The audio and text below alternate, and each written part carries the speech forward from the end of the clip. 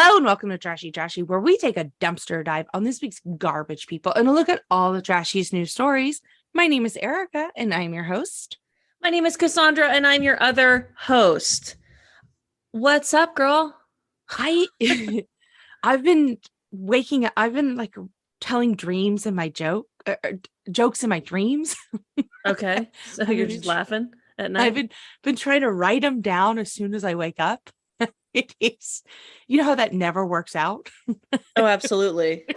And I'm like, God, okay.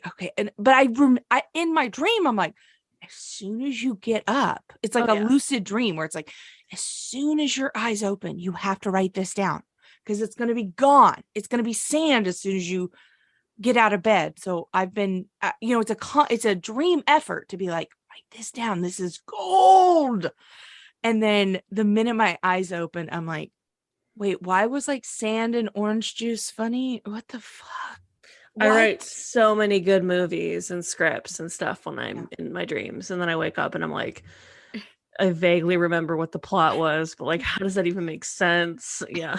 But I had one this morning and I was like, you got to write that down. This one's going to be like past. This is like what people would have written on the pyramids or like on the walls of Pompeii before the volcano came, you know what I mean? The original joke. Yeah. Oh, and welcome to Trashy 103. Welcome to Trashy 103 in the morning. Erica, I was driving to, my long morning walk, which, I'll get into later why I can't do that anymore. So I feel like the car is always set to a radio station.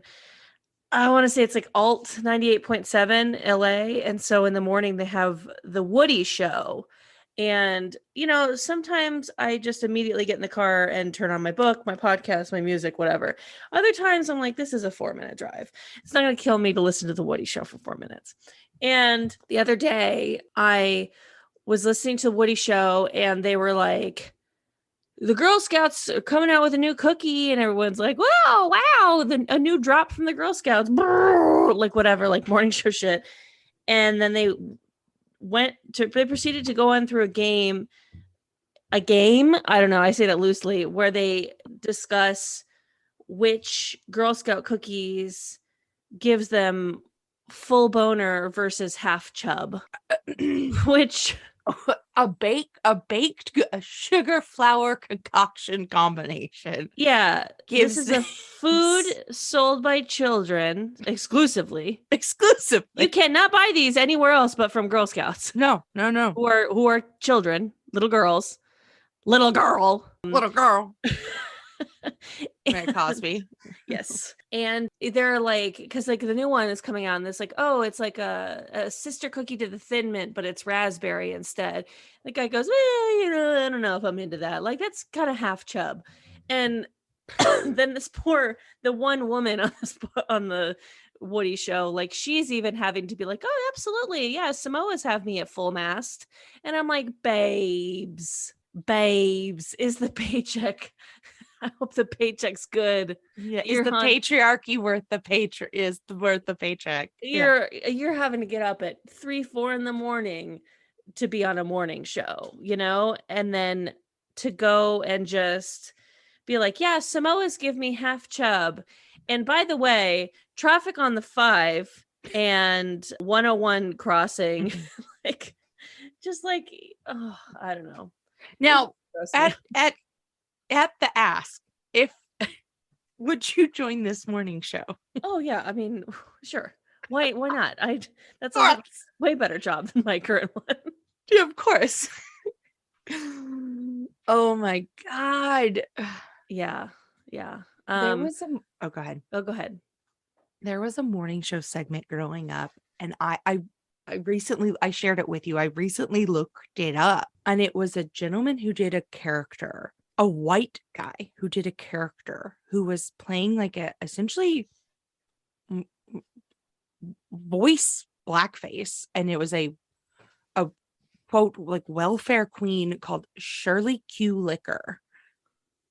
And like it would just be these long segments of just check-ins with Shirley Q. Liquor and like radio host checking in with this woman. And I was like, when I was very young, I thought it was checking in with an actual person. And then obviously have aged and been like, oh no, it was a, caricature. And I looked up an article that Rolling Stone did with this actor, like, this wow. quote comedian in 2007. And it's like, oh no, I'm just a white guy from Mississippi, and this is my night job, is being this comedian and doing this character. And he does his act in blackface. It's not just a voice job that he does. Like, he does this character in full fucking blackface. And I was like no one's forcing you to do that. You're just no, they can't see you. No, they can't see you. But he does like nightclubs and comedy clubs and stuff in blackface, but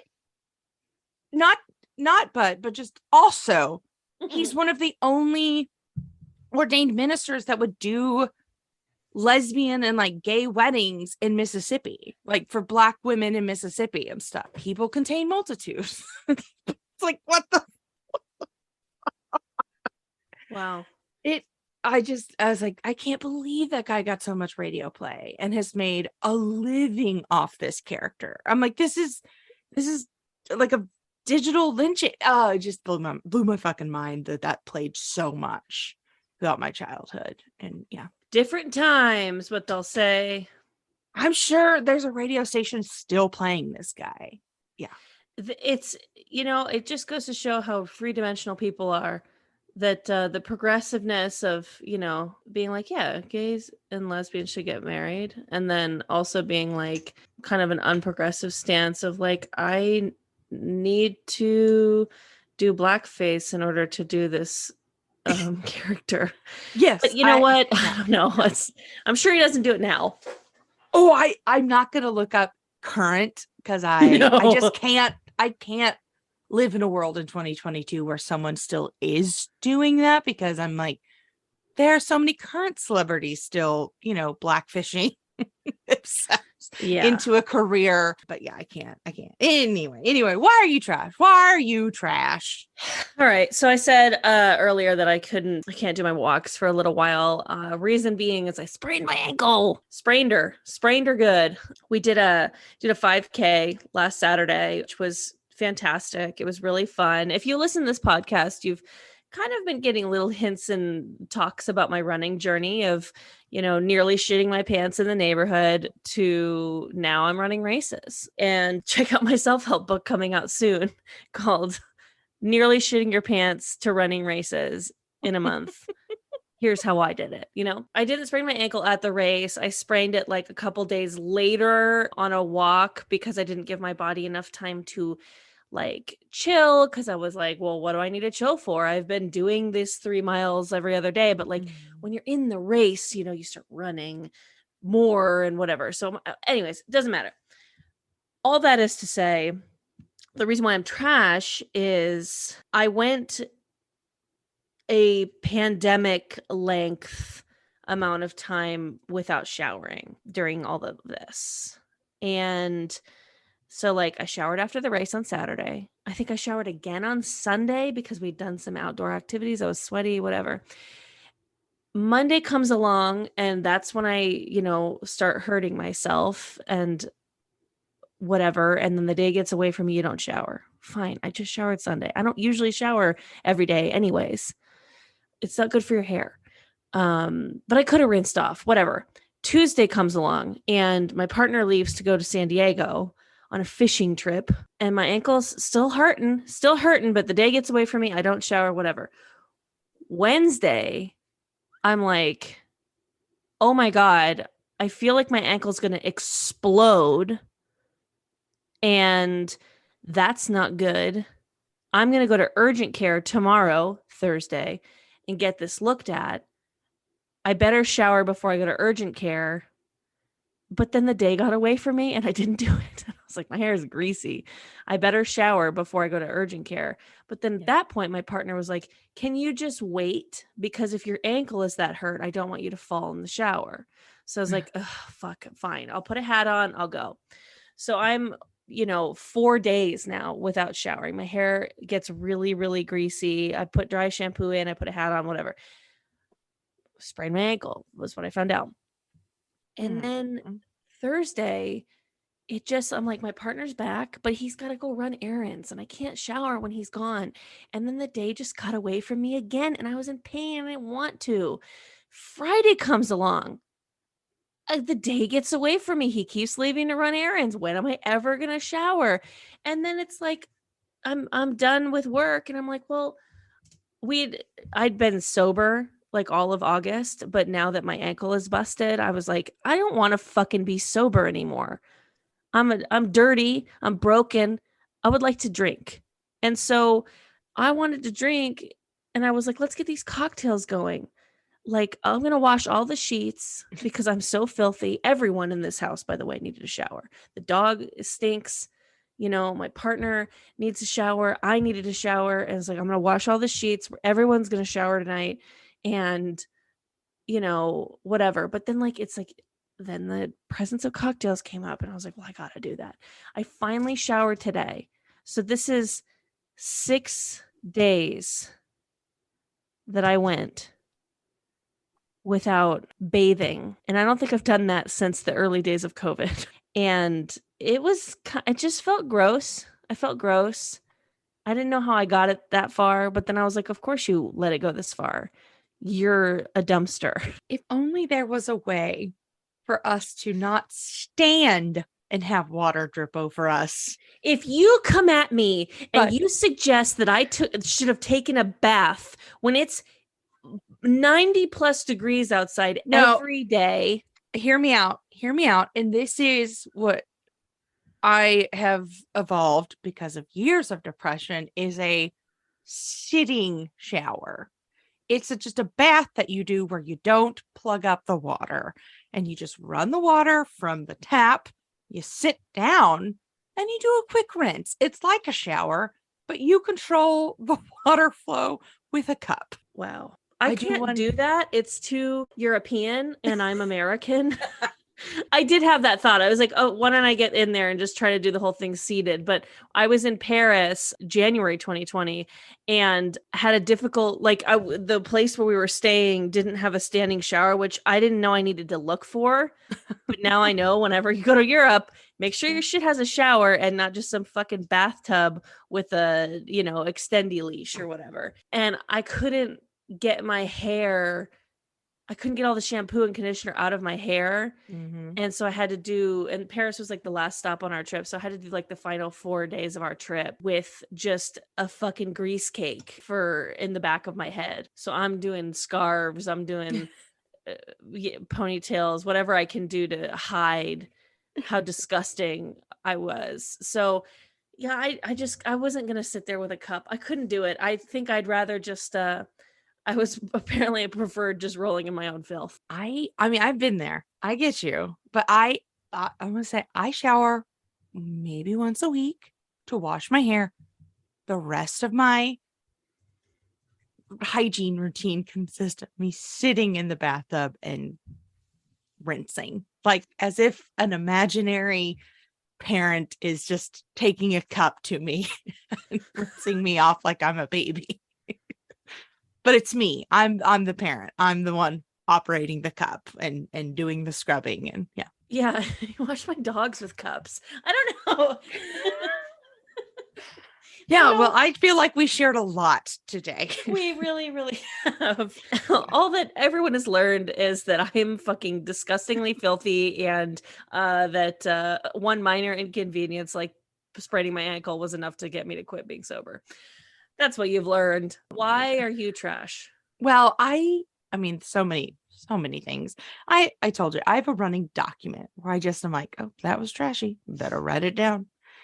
Oh boy. So I'm scrolling through and I was trying to find something that mimics or captures the essence of what you just said, but I really Couldn't don't have possibly. anything close. And so I'm just gonna go back into the ether and I'm gonna say growing up, I grew up in a really small town in rural Oklahoma, and the height of luxury were two things. Two things. If you went on a first date to Red Lobster, a surf Uh-huh. and turf was, I mean, a Red Lobster was, oh my God. A, does this boy have money? And are you going to get married if you go Ooh. to a Red Lobster on a first date? And the second was, oh my God, she gets her nails done at the mall. The mall. It wasn't just, it, was there another nail salon in town? I'll never know because I only got my nails done at the mall. I wanted other people to see me getting my nails done Absolutely, because at those the storefronts at the mall. mall, all windows, All all windows. windows. And All wow, windows. that's great. I haven't thought about getting my nails done in the mall in a really, really long time. Like I would never do that now. But like, wow, On, you brought something up in me. Just only special occasions, like a prom or something, but it was like, sure. oh, and we would call to get like the best reservation. But it was also, when are other people going to be there to Uh-huh. see me Yeah. getting my nails done? And French tips, French acrylic tips, French manicure acrylic tips at the mall.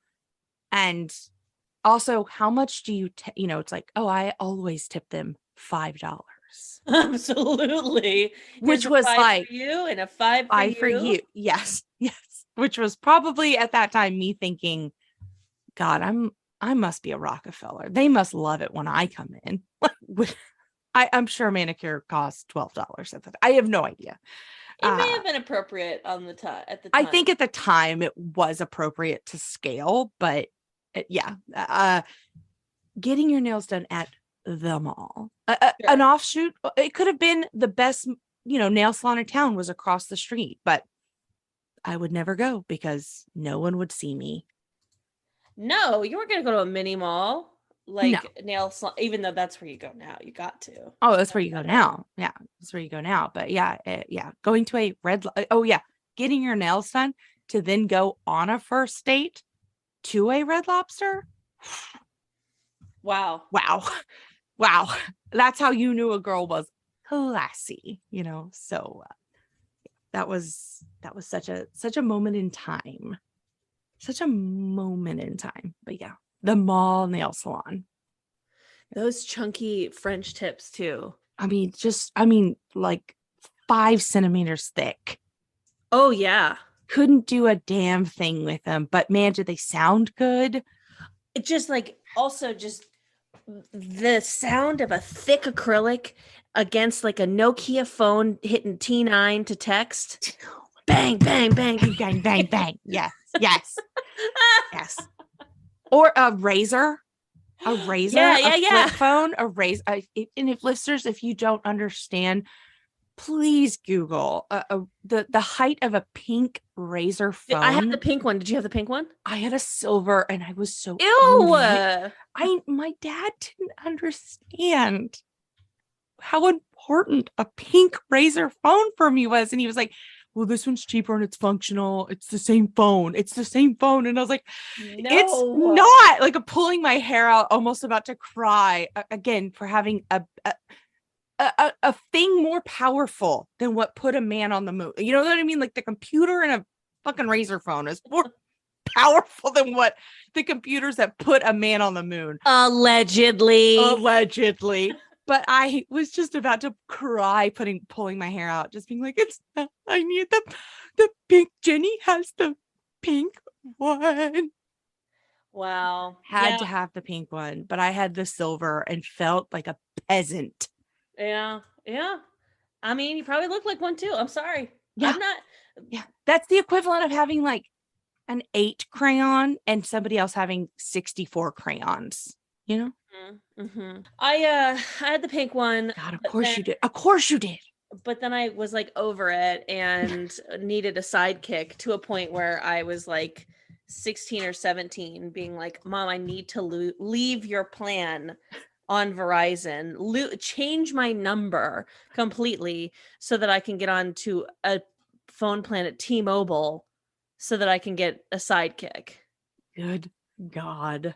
Yeah. I wonder what phone plan the subject of our first story has. I'd be so curious. Ooh, what phone plan they have. Are they using burners? Like how do they, who support? Is this AT&T? Is this, what European phone plan do they have? Orange, isn't that one of the European ones? Yeah. Orange. So our first story from the dailymail.co.uk. I know you guys wanted to hear me and Erica keep talking about our cell phones. The mafia's TikTok generation infuriate their bosses by flaunting their flashy lifestyles of cars, clubs, and champagne on social media. I love the idea of a Gen Z mafia person of like, it's the daughter's birthday for me. Yes. Yeah. Well, and so what I've also read basically, so it's the Gen Z that are talking, on social media. They're living the flashy lifestyle of the clubs, the money, the cars, but then it's the old guys. So it's the, the guys that are in like their 80s and 90s that are like, what the fuck do I have to live for? I'll fucking tell everybody. Of course I killed them. I did this. It's the old guys that are also starting to talk about their lives because they just want to be like, what am I going to do? Take this with me? Of course I'm going to tell all the good stories. So the old guys that used to do it are starting to talk and tell stories. So it's the fucking middle class boomers that are trying to hold the mafia together. They're just stressed out in the middle, just being the millennial and Gen X, just like a reflection of normal society. Just trying to hold it together. The boomers being like, I'm going to tell everything and you guys are ungrateful and don't want to work. And then the Gen Z being like, I put a horse head in his bed. No cap. No cap. Here's a TikTok of it. So the gangsters in Naples, they're using social media and they're just showing, again, their flashy lifestyle. So Crescenzo Marino, a son of a Camorra boss, has 43,000 followers and nearly, 900,000 likes. He is now private on TikTok. I have requested him on both Instagram and and TikTok, but he has not yet accepted my like. So I don't know if I'm hot enough. Why be on social? No, you are hot enough for a mafia person. Thank you. So I don't know if I am. Thank you so much, but I do not know if I am because he lives a very, very flashy life and the people that he interacts with are very hot and he loves maybe if I was a dog, he loves like a pit bull. Maybe if I make like a very popular pit bull Instagram or buy like 50,000 pit bull followers and follow him. I don't know. Anyway, we'll dream this up later. But yeah. You've got the fan. I don't know what I want to say next because I'm in between two things. I'm going to go ahead and say this. Girls, if you're crazy hot, just so happen to be crazy hot, don't get involved with these mafia guys. This no amount of money is worth getting involved in crime, I think. I'd like to think, like Lamborghinis, they got to be hard to get in and out of. Your dress. Think about your dress. Like you have to. It's a very delicate in and out because they're a very low car, so you have to like delicately get at. Yes, it's hard to not flash getting in and out of a Lambo or a Ferrari. Remember when we were younger and like the jeans were lower? I had a friend who had like a sports car. And I would never and we would go get froyo all the time and he would want to drive in his sports car. I found out later he had a crush on me. I don't know why I didn't put that together before. But the jeans were lower back then. And so trying to get in and out of his car, I was like, and the jeans so stretchy. They still are, but they were very stretchy and low back then. And so like, I was like, how am I going to get out of this car without showing my entire ass? You know, these are the things that the modern 22-year-old hot girl needs to remember. Yeah. How are you going to get out of this car Yeah. without showing your whole ass? Stick to nice boys. Yeah. Yeah. Marino has, pictures of him playing with pit bulls, meeting with well-known rappers, cruising around Paris in a Ferrari. He also takes to the short form media service to publicize vendettas and make alliances. Following the murder of a man linked to the Carrillo Perfetto plan, TikTok message warned the police, "We are giving you a week to arrest them, or we will raise hell against them ourselves." Wow. Wow. So this is like the first time that these, gangsters have had a direct way to speak about their lives. Wow. Did you know that the cartel in Mexico has a PR wing now? I mean, no, tell me about it, please, because I'm fucking fascinated. They're Taylor's fishing trip that he was supposed to go on was supposed to be in Mexico, and then they decided to change it because there's like a lot of things going on right now in Mexico where they're saying it's like very it's not very safe to go to Tijuana or stuff like that, and they would have had to go through Tijuana to get to where they were. Anyways, not safe. And it's like the cartel PR, just putting out being like, hey, like, LOL, we're kind of like upset because the Mexican government is like arresting our people and we don't like that. So, hey, we're the new cartel, not like that stinky old one. And we don't want to kill innocent people. So everyone be in bed by 8:00 because after 8:00, carnage in the streets. That's the deal. And I'm like, oh, this is nice having the cartel have a PR. Like it's informing people like, hey, like, don't come to Tijuana. And like, if you're in Tijuana, like, just be in bed by 8 because after 8:00, we are going crazy. And that's our statement. I like it. I mean, they've always done PR in some way because, the narcos have always been, I don't know, like somewhat men of the people in the way of like, oh, we've given to charity, we've fed people, you know what I mean? Like they've always used PR in some way, like they're not just destroying communities and blood. They've always been like, oh, well, we've given back, we've paid for this, we've built these hospitals, we've built this, so they've always utilized PR in some way. They're not just they couldn't do it if they were just destructive. They've always had that balance in some way. But now that I like that they're just like, oh no, we've hired the best PR firm. and they're issuing official statements. Yeah. The official statement from the cartel is blank. Yeah. Well, I mean, I don't like it, but at least they're doing that and issuing official warnings and giving civilians the flow anyway. But speaking of I don't like it. Yep. Our next story from vice.com. Ring Nation is Amazon's reality show for our surveillance dystopia. I kind of thought this was a joke, but it's like, this is Amazon's newest effort to normalize its surveillance network. It'll feature footage from Ring surveillance cameras and commentary from comedian Wanda Sykes.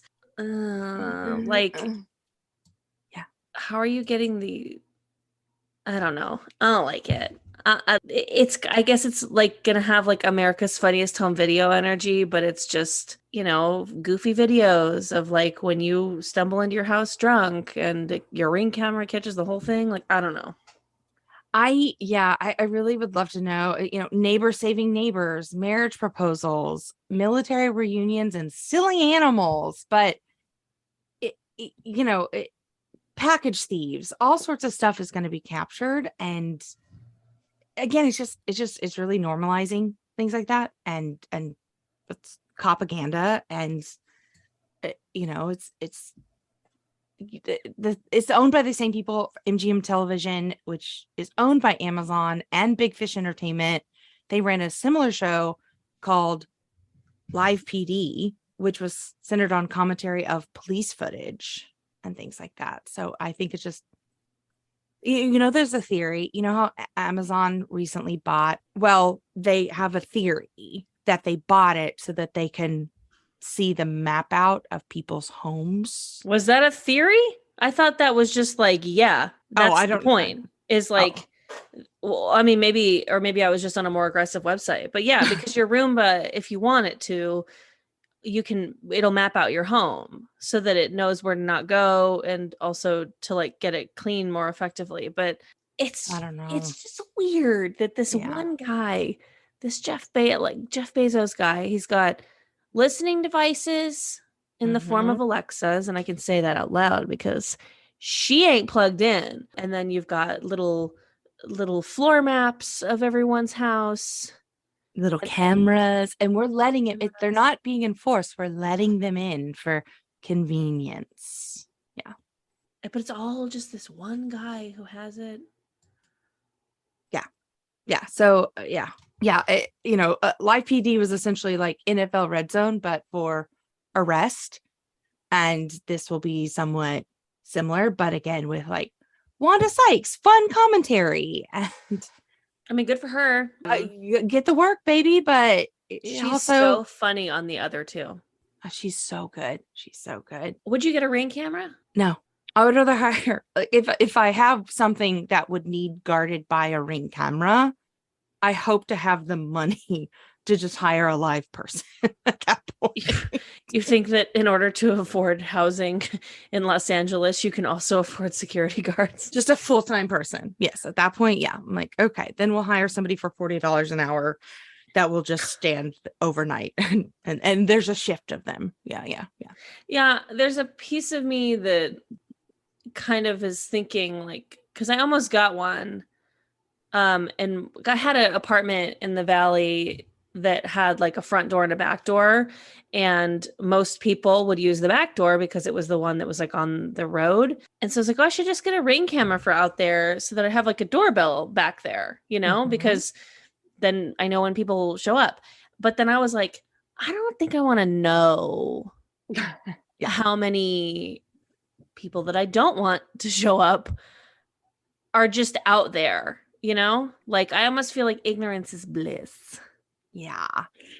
I watched a really great TikTok or, Instagram TikTok skit. There's this comedian, Trey Kennedy, and if he's, bad or alt-righty, please somebody tell me, but also I think he's okay. He has a skit where it's it's a woman, and she's like, honey, he's like, I'm gonna go, throw the trash out, and he's like, please don't lock the door after me, I'm just literally walking to the trash cans at the end of the driveway. And she's like, but what if a burglar comes? He's like, it's the middle of the day, I'm walking 30 feet this way and 30 feet back. And then you see like a burglar crash down and you hear the door lock, and he's like, damn, thwarted again.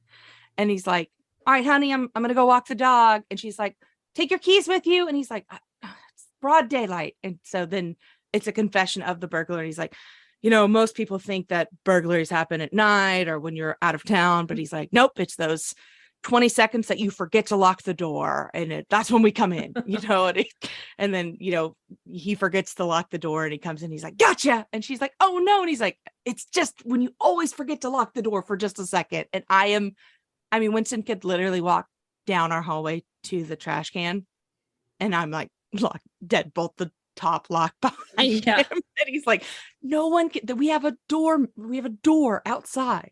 We have they have to go through so many layers to get in here. And I'm like, who's to say you can trust your neighbors? Yes. I'm like, what if they want to steal the cats? They're so cute. Like, are we worried that Trey Kennedy, major influencer on Instagram, is alt-right? I don't know. He's just a prominent, you never know. No, you're right. As soon as you said it, I was like, huh. He seems pretty okay, but then there's something where people are like, well, that he murders gerbils and he sells their fur, and it's like, well, I didn't know, I don't know. I hope that he's not. He makes good wholesome comedy. He makes wholesome, nice comedy, and he seems okay, right? But who knows? Wholesome comedy that seems to bridge the gap between like it, Left, it rides right, right in the red, middle, blue, purple, everyone. It doesn't seem to offend. Just seems to capture a slice of life. It just seems to. Anyway, who well, knows? let us know. Fingers crossed he's not, though. Our next story comes to us from San Francisco. Scion of San Francisco coffee dynasty attempts to run for district attorney, realizes he needs to be an attorney to qualify. I think that headline is so fucking funny.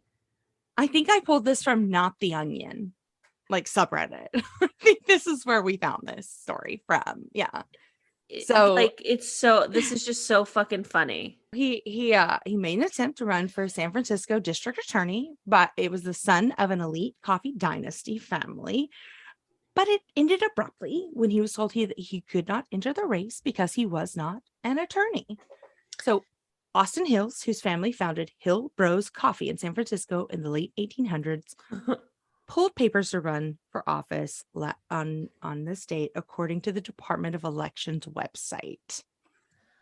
A district attorney, correct me if I'm wrong, they have a lot to do with how crimes are penalized in cities, like which is prosecuted, and so it's like when something gets to the DA, they can choose to prosecute or not prosecute, basically. Right. I've watched Law and Order for decades, so I'm pretty familiar with all the DAs.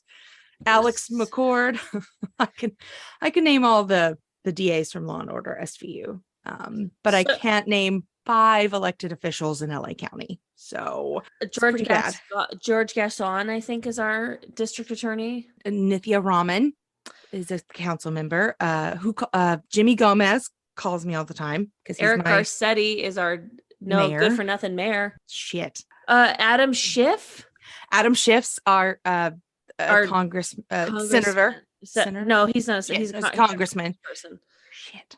Dianne Feinstein is California senator. One of them. Is she still? I think so.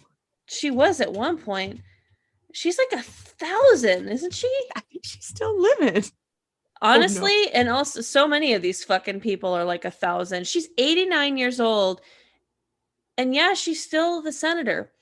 Jeez Louise. Anyways, so I have a feeling that this rich guy was like, I need to be district attorney so I can take care of the homeless people in San Francisco. Yeah. A registered libertarian. He registered to be an independent write-in for the 2016 presidential election. Yeah.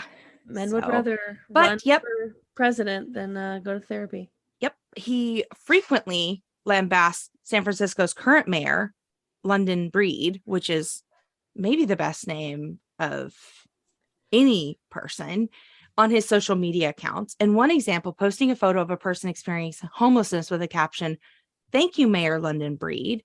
He also appears to be a fan of helicopters and skiing, according to his Facebook account.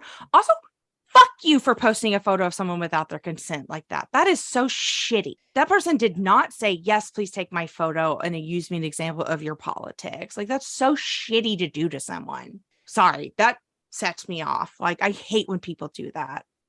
Also, if you help someone experiencing homelessness in any capacity, if you give them money or socks or something like that, don't then take a photo of them and say, look what I did. That is just fucking do the thing. That's so shitty.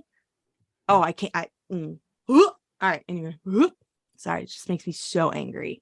What if they want to be taken pictures? If they say, "Hey, will you take my photo and tell people about this?" But don't just say "Oh, look at this thing I did." You know what I mean? Don't just dehumanize them and be like, "This is," just drives me insane. Anyway, just an example of rich men be rich-in. But you know what? I like this example of a rich woman who's had enough in our next story. And you know where she's from? Florida. Florida woman. I say rich because who can afford red meat these days, Who can afford to throw away red meat? That's what I say, From TampaFP.com, a Florida woman, quote, tired of his behavior, arrested for throwing raw steak at partner. Ugh. I mean, was it frozen? Because that is truly assault. Who cares if it was frozen or not? She was sick of his behavior. It's true. So she was charged with domestic. We should not make light of domestic abuse or assault in any capacity, No. but she was 42. Her partner of 20 years were in a verbal argument. They were both intoxicated, and she became very angry at the victim while he was seated in a chair. And the woman subsequently picked up the steak and threw it at the victim.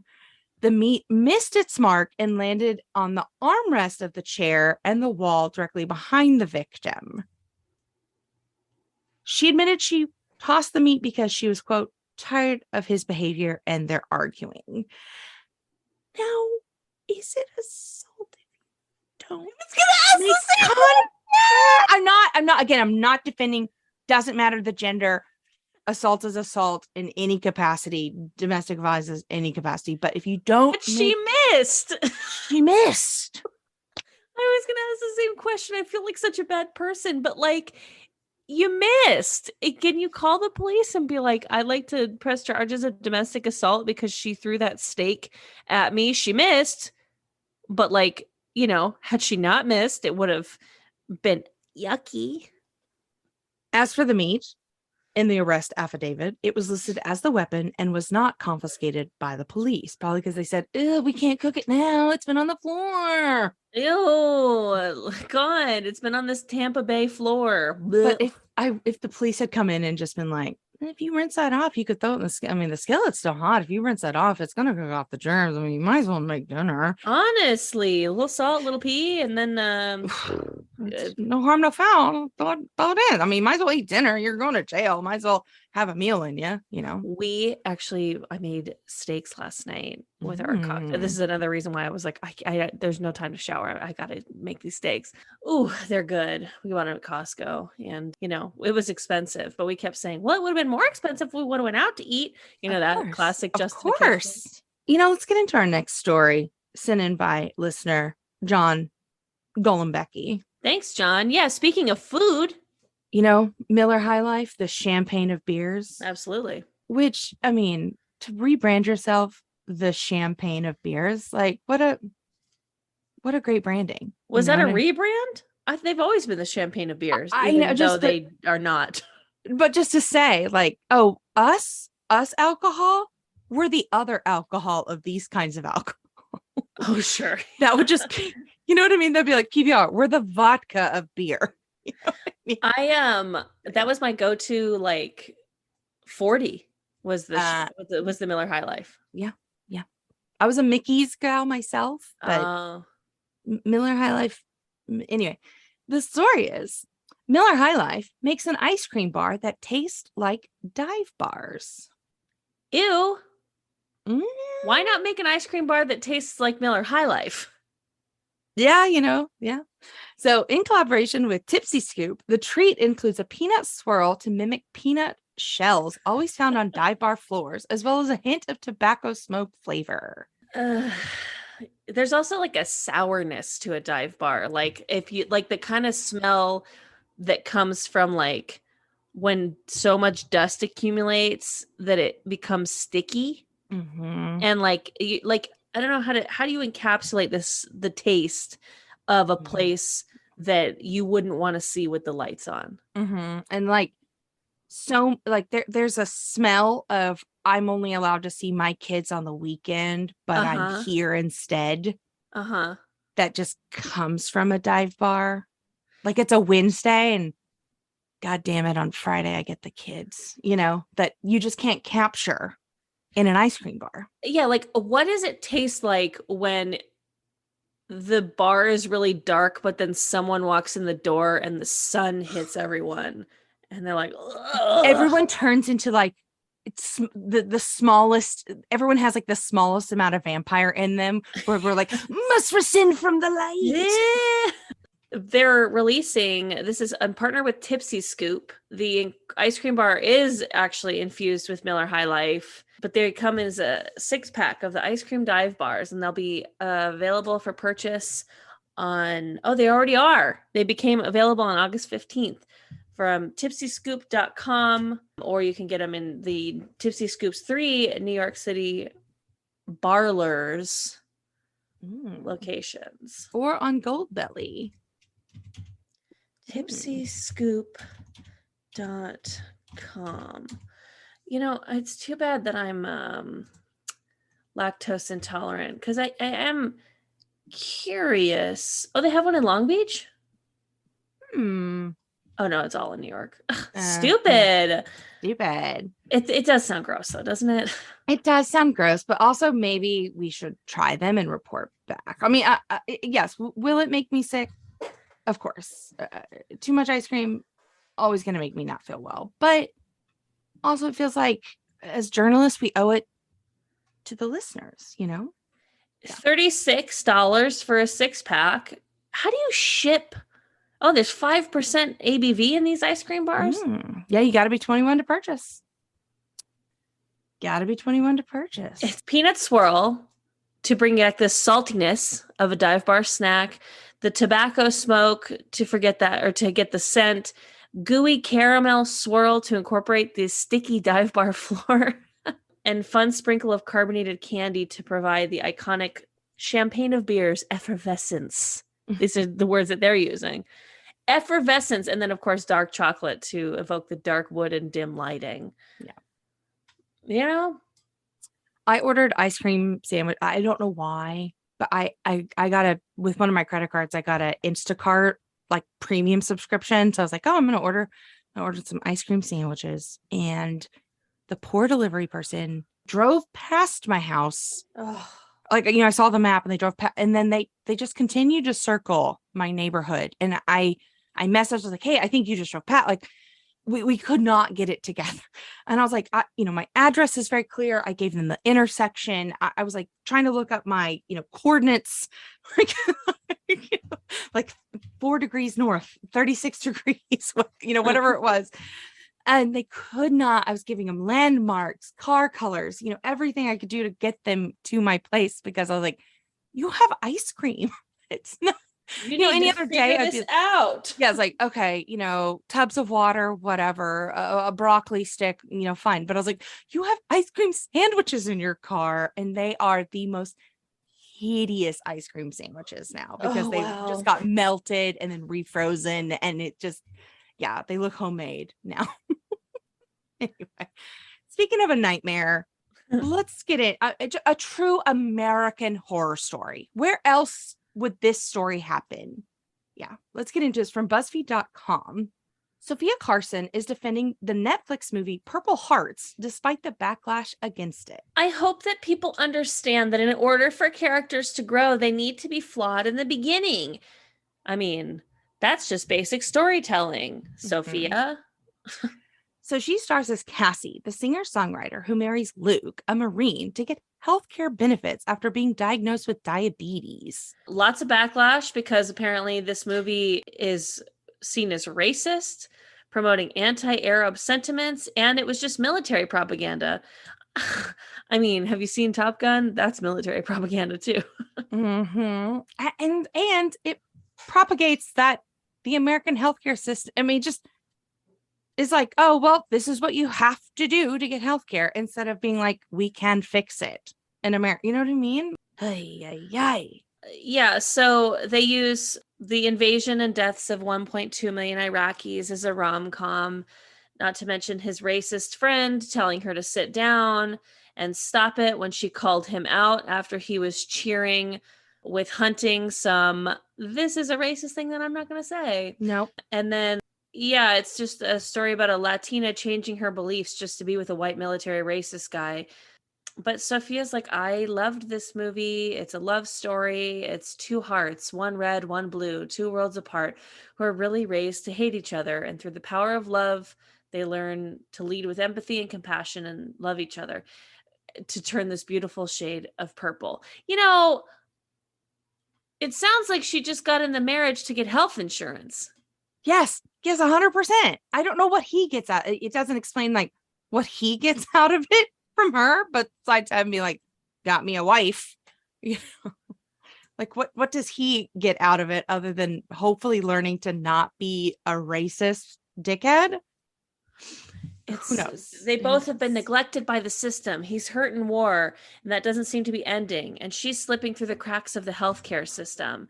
So they live under one roof. And in these extreme circumstances, they learn to become more moderate and listen to each other and to love.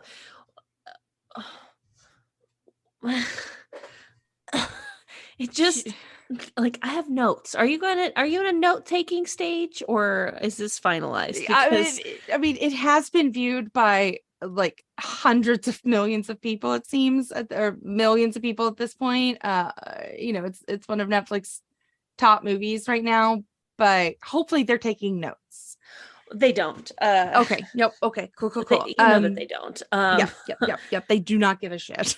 No, of course not. Oh, military propaganda. Great. That's. But a horror story of the American healthcare system. She should not have to get married to not die of her diabetes. Yeah, babes. Or just like try to, find a different job. I have no idea. Okay, this is not trashy, our next story, but this is an American that needs our help. Speaking of patriotism from our last story, I want to, this is a call to action. We have to use our platform. Mm-hmm. We are taking a stand, a hard stand. Okay. From NBC15.com, there's an 8-year-old known as Mullet Boy competing for the USA Mullet Championship. So there's an 8-year-old from Wisconsin who is a rock star, and he's competing for the kids division of the USA Mullet Championship. And so voting for this round, it will end before we publish. So hopefully he makes it through to the finals. I have a question. Yeah. And I'm not trying to burst your bubble. Mm-hmm. If he's competing Mm-hmm. in the kids division, Mm-hmm.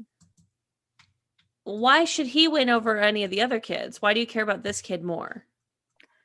Great question, Cassandra. The algorithm fed me Mullet Boy over any of the other kids, so he was the most worthy. That's the way a society works, right? Like he's the most worthy, right? It's just like if he was competing against like adults in a mullet championship, it's like, oh yeah, we should really support this 8-year-old. Just seems like Mullet Boy has better press and PR because he got picked up by mulletchamp.com and NBC. Well, are the other children known as Mullet Boy? I don't think so. He's known. I mean, he has the nomenclature. He's the what am I saying? He's been dubbed Mullet Boy. I don't see the other. Do you think that these other kids who also have mullets are probably also called Mullet Boy by their peers? If you have a mullet, you might be called Mullet Boy. This one he's just the most famous Mullet Boy. I didn't mean to come in here and shit all over you. I just want to, I want to make sure we're using our platform properly, and that, that we consider all of the mullet boys and girls before choosing. Well, it's $10 for them to enter the contest. All donations are going to the Michigan Wig Foundation for Kids.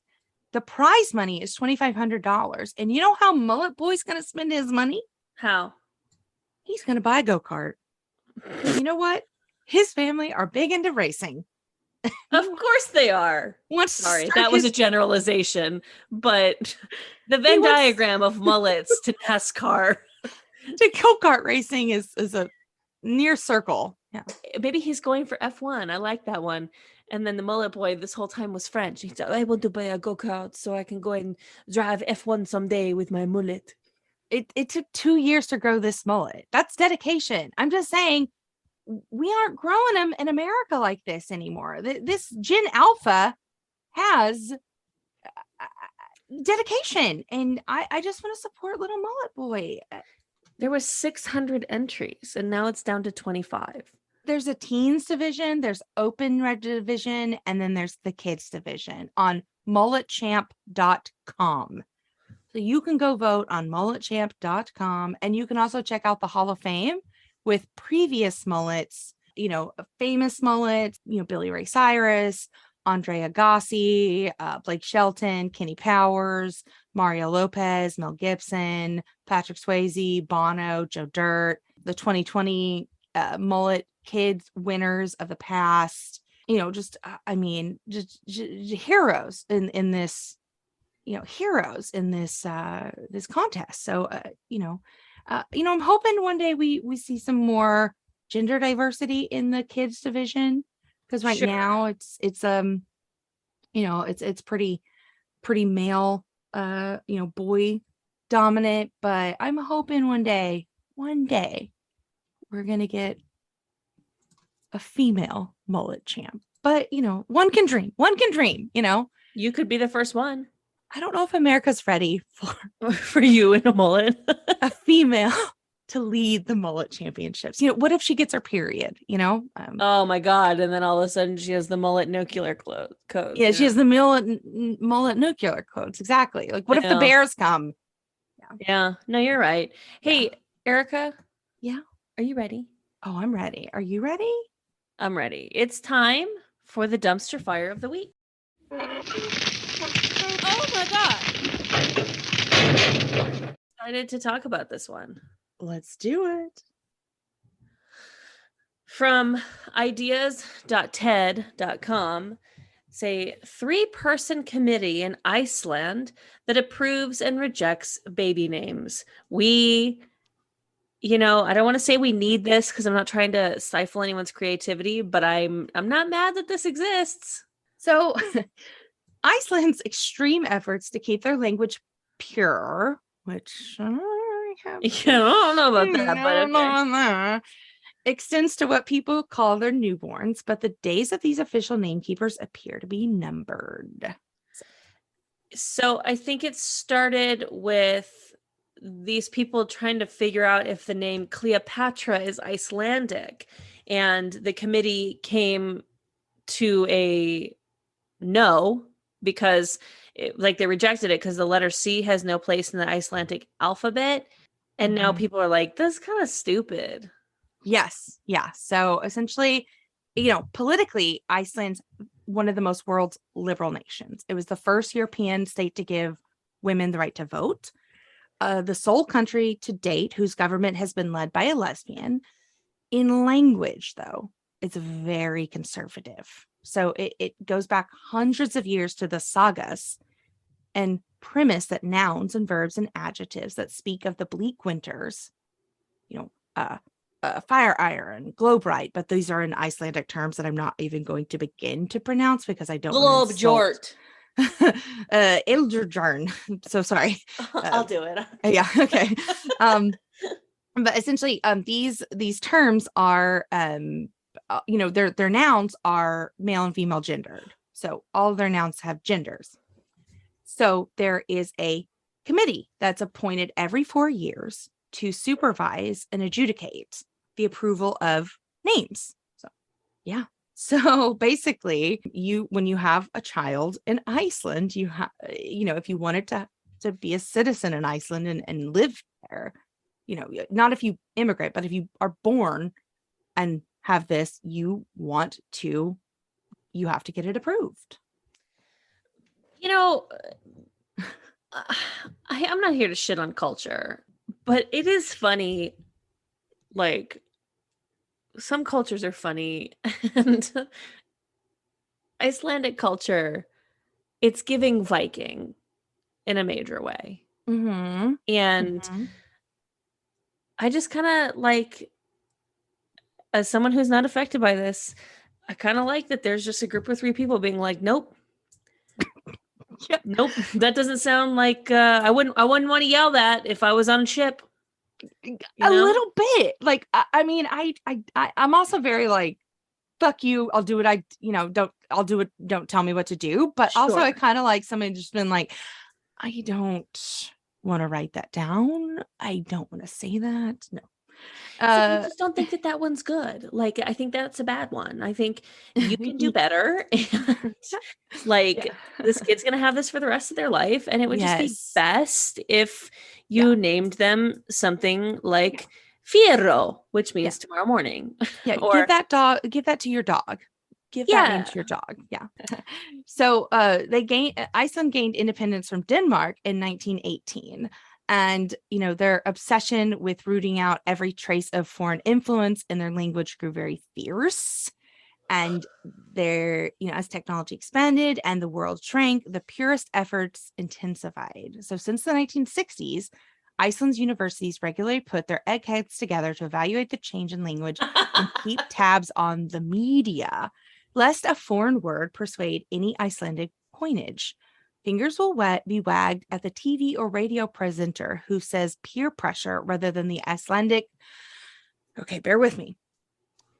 Jafnan John Bobasan Stang Unjurger. Yeah. Anyway, so that was great. Thank you so much. Don't anybody look it up. So yeah. So this kind of stems from a court case. So in 2012, an adolescent's parents took a gender-influenced decision to the committee in order to overturn it. So they wanted to give a girl the name, I would say in English, we would say Blair. So it's written Blaer, but it's the Icelandic A kind of backwards. They got weird kind of shit. Yeah. Like their vowels look weird. We all know. Blair would be more, in English, we would say Blair, kind of a more, girl typical name, but I know male Blairs. The noun is male, but it means gentle breeze, but it is a masculine word in Iceland, a masculine noun for a baby or girl. What was this, parent thinking? So the priest baptized them with this name. So you have to have your name approved within 6 months of the baby's born. So the priest apologized and tried brokering a compromise with the parents. So he, tried suggesting fine-tuning the name to Bladis, a perfectly good girl's name, but the couple wouldn't fucking hear of it.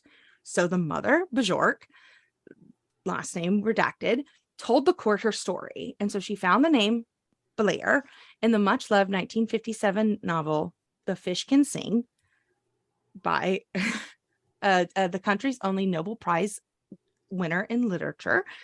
And essentially, she said Blair can be a female character. So the author had made Blair a female character. So she said if she ever had a daughter, she would name her Blair. So in 1997, her daughter was born and baptized in a female name. So she told the committee, and the committee rejected the name. But she wrote a letter pleading to the prime minister and the archbishop. 5 years later, when the family traveled to the U.S., the girl's passport gave her the legal name Stulka, girl. It was like a game. Teachers and friends, she was Blair. Now the girl 15, and before long, she would marry and pass the name down to her own children. It was why the mother and daughter decided to sue. So the Solicitor General summed up behalf of the committee. He allowed Blair to sound less feminine. So he said it would represent a big step for the court to determine Blair could belong to a child of either sex. This is, yeah. So it's like a whole big court case over whether, Blair could represent either gender as a name in the Icelandic naming committee. So am I just like too much of a lazy conformist that I'm like, all right, I don't want to name her Blair, so I'll just name her something else. Oh, I would literally fight this to my last goddamn dollar. If someone told me, it's just that someone told me no. You know what I mean? If I had something where I was like, oh, I'm sorry, you said no? Oh, no. Oh, no. I will find the most minute law written in like 1680 about pigs that will be, you know what I mean? Like if something could mean, you know what I mean? I will find case law that will back my theory and be like, write it. That this law was written here. It applies to this case. Fucking fight. That's just who I am. But you anyway, would flourish in Congress. Oh God. Yeah. I did do like a mock government in college and like a mock government organization, and truly found like obscure loopholes and had just for fun, and would come up with the most ridiculous arguments of why I could do the things that I wanted to do. It was truly so fun. And then people would have to be like, "Ugh, okay, this law was written about hay in the 1920s, but I guess it applies to kids learning about, okay, fine, give it, technically it's on the books. You have to give it to her. You know what I mean? So yeah. Yeah, so like you could become a Republican congressman and just really, oh well, this says that women are fish. The official rules of names in Iceland. So the name giving. A child must be given a name before the age of 6 months. A personal names register includes all assigned names that have been approved. A special act of law applies to the giving of names. So child must be given a name, being christened in the national church or in a registered religious association by notification of giving name to the registered Iceland, which provides forms for this purpose. Basically, you have to be pick from the list. Like it's a menu. You have to say one of these. Yes, this is the name for the list. And, it must have a genitive ending or have been adopted through custom in the Icelandic language, must be adaptable to the structure of the Icelandic language and spelling conventions, does not cause the bearer embarrassment. Huh. And person cannot have more than 3 personal names. That does not cause the bearer embarrassment, I think should be like a rule for every land. That's the one thing where I'm like, oh, maybe this is maybe they got that right. Maybe this makes a little bit of sense. Everything else, I'm like, back off. But that I'm like, yes. Anyway, hey, yeah. Iceland, maybe loosen up a little bit, but keep that rule. What are you hoarding? I'm hoarding a book called Pirate Queens: The Lives of Anne Bonny and Mary Read by Rebecca Alexandra Simon. Cool. Yeah, it's about, lady pirates back in the heyday of pirates and their their lives. And they kind of lived, pretty openly. They were like, yeah, bitch, we're lady pirates and do what we say, Get some. Okay. We're going to steal your shit. And yeah, it was really fun. Yeah. Oh my God, what was it? I came across a pirate in San Diego when I first moved here, and I was, like a character, and I was talking to him, and he was like, "Oh, I'm a independent cargo reassigner or something." Like he was, explaining. I was like, "Oh, are you a pirate?" Kind of talking to him, and he's like, "Oh, I'm an independent cargo reassigner," and I was like, "Oh, you steal shit for a living? That's fun. That's a fun way of saying that." Just can I take your picture? And he was like, yeah, $5. And I was like, great. This is the last $5 to my name. Okay. Worth it for a picture with a pirate. That's funny. Yeah. So anyway, what are you hoarding? I can't remember. Did you already hoard this? If not, I'm doing it again. But the Trainwreck Woodstock 99 documentary. I haven't hoarded. I have watched it. I haven't hoarded it. We should probably do a bonus episode on it because we watched it last night, which miss me if you ever try to ask me to watch a movie over 2 hours. But this is a 3-part series that took me 3 hours to watch, and I sat through it no problems. So I don't know what's up with the mentality of I can't watch a movie, but I can watch multiple episodes of something posing as a TV show. But anyways, Trainwreck Woodstock 99. It's about the Woodstock 99 festival and what a shit show it was and how it all came together and how it went, where it went wrong. It was really interesting. It was fun. And they have people from every side of it, of the promoters to the people who went, to the people who played, to the people who were on the team putting it together, who thought it was a bad idea. It was cool. I had a lot of fun watching it, and I recommend it. It's on Netflix. Yes, as someone that has been a part of multiple music festivals, it's as if they just said, "Nah, nothing's gonna go wrong. We're gonna be all right." Yeah, they really trusted the process, and it backfired. I mean, just the simple fact of they talk about how people started to get really crazy and they were trying to blame Fred Durst at one point for the reason. It's well, are you sleeping under a rock in the 90s? What happens at Limp Bizkit concerts. Yeah. And things I don't know. It was just very interesting. And I felt bad for, some of the different acts. And yeah, it was a cool documentary. I won't spoil it. Just watch it. And our friends ICP Yeah. played Woodstock 99. So Insane Clown Posse did? Yeah, they were the first act to incite the crowd. They would throw $100 bills into the audience and watch gleefully while the melee ensued. Wow, they weren't in the documentary. Also, shout out to the Juggalo who left us a 5-star review. Yes, thank you so much. That was amazing. Guys, we see your reviews. So when you say mean stuff, we read it and it hurts. But most of the time we see really nice, great stuff and we really appreciate it. Yeah. So thank you to the Juggalo.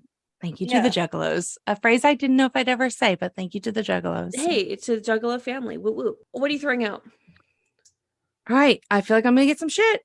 Okay. And I'm gonna say not table side made, but canned chunky salsa. Fucking eat a tomato if you want that kind of chunky salsa. Erica. No. If it's somebody making mocha heck like salsa and a mocha heck at my table fresh, I'll eat a chunky salsa all day. But a chunky like a paste picante chunky salsa, just fucking eat a tomato with a jalapeno and some salt in your mouth and call it a day. No. Put that shit in a blender. Reblend it. No. Chunky salsa from fucking a can or a jar. No. Again, fresh, tableside, homemade, different. Fucking paste picante. You know the commercial that like, what are you from? New York City? Like, yeah, that's how I feel about that. No, absolutely not. What? Chunky salt. Do you remember those commercials? The commercials? No. Oh my god. Okay, so there was these commercials in like the 90s, and they are like the most insane thing, but it would be like cowboys sitting around, like old west cowboys sitting around like fireplaces, like a fire pit at night. Oh, we're gonna have this kind of salsa, and then they would be like, what are you from? New York City? Question mark. It's like the 80s and 90s. The next sentence that they had to cut, I'm sure, was just like some kind of a slur. You know what I mean? Like the director was like, keep going, improv, call him a name, say the F word. You know what I mean? Like, the direction on set was like, keep going. How else can you demean this person? Play with it. Yeah. Is there a racial slur or something homophobic you can say to the person to insult his taste in salsa? Keep going. Like, it was just to insult the tone of salsa that you're bringing to the campfire. Sure. But Google paste picante fire commercial and you'll see a ton of these YouTubes. They were just horrible, but that's how I feel about it. Paste picante, get the fuck out. You're not salsa. Chunky salsa, get out of here. Anyway, I said it. Okay. I said it. That's how I feel. But yeah, you look up these old commercials because that the director was like egging on the improv on set, and the editor was like, I gotta cut all this shit out. Like every one of these actors would have been canceled if the director's vision had been, to final cut. I don't know. It was the 90s. Maybe not. It was the 90s. Yeah. In hindsight, they probably would have let it fly. Anyway, what are you throwing out? Just we go to the dog park a lot, and I'll go ahead and say it, even though he doesn't like that I say it. But Taylor has become a bit of a dog park Karen. Very, very. He doesn't do anything.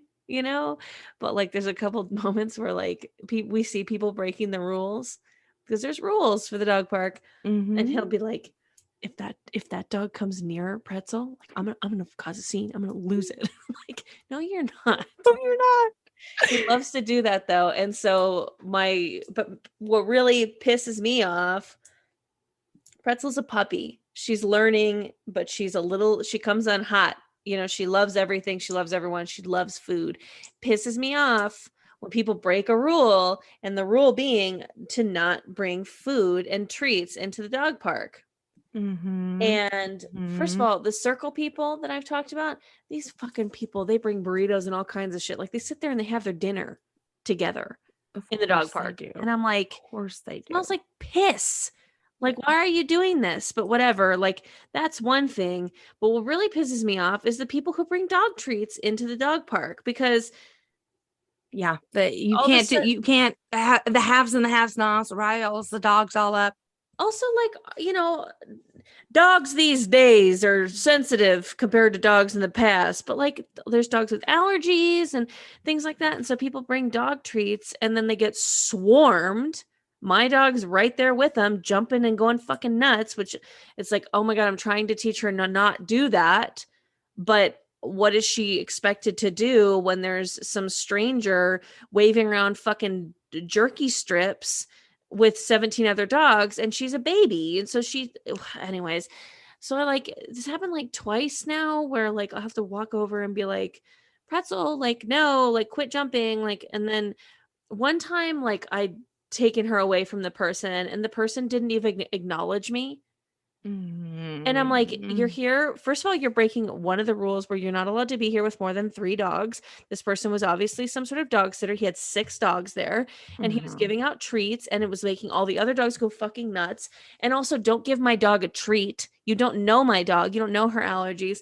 So that guy didn't even acknowledge me, even though I was like, like, stop, like, hold on. And then he just like was ignoring me. And I'm like, I've seen you speak to other people. I know you can hear me. You're a fucking asshole. And then there was yesterday, which this woman had a bunch of like beef strips get swarmed and pretzels all over her along with other dogs. And she's like, what do I do? And so I pulled Pretzel away and she's like, I'm happy to give her one. And I was like, no, thank you. She shouldn't be jumping. Like, no. And I pull her away. And then I look like the asshole, but I'm like, lady, you've got like 8 or 9 people's dogs swarming you. You're not supposed to bring food in, but like, do I want to be the person to be like, hey, just so you know, it's like actually against the rules to bring dog treats into the dog park.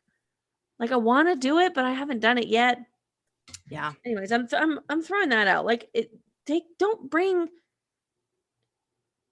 shit that you know is going to rile up other dogs into the dog park. Like if it's a dog toy, it's a ball, whatever, that's different. But like you shouldn't be feeding other people's dogs at all. Yeah. It makes it difficult, you know. I get it. Really pisses me off. Yeah. I get it. Well, where can they find you? Where can they find these takes? Where can they find these images of Pretzel online? At Cass Cardenas on Instagram and Twitter. Where can they find you? At Iconic Erica Curry. At Gilly Gal on the Twitter. And they can find this podcast at Trashy Trashy Pod on Instagram, Twitter, and TikTok. And they can find us at Trashy Trashy Podcast at www.trashytrashypodcast.com or at trashytrashypodcast@gmail.com, where you can tell us why you're trash. You can send us stories, and we absolutely love it when you send us voice memos, when you send us stories, and we love a 5-star review. We love hearing your Juggalo stories. We love hearing why you're trash, and it means the world to us. So continue to do so. If you want to become a supporter of this podcast financially so that I can put gasoline on Cassandra to get the paint off, you can do so at the bottom of the episode description at the Anchor Support This Podcast. There are 99-cent, $4.99, and $9.99 levels, and we would appreciate it so much. So, hey, Cass. What's going on, girl? Stay garbage. You stay garbage, girl. I will. Bye-bye. Bye.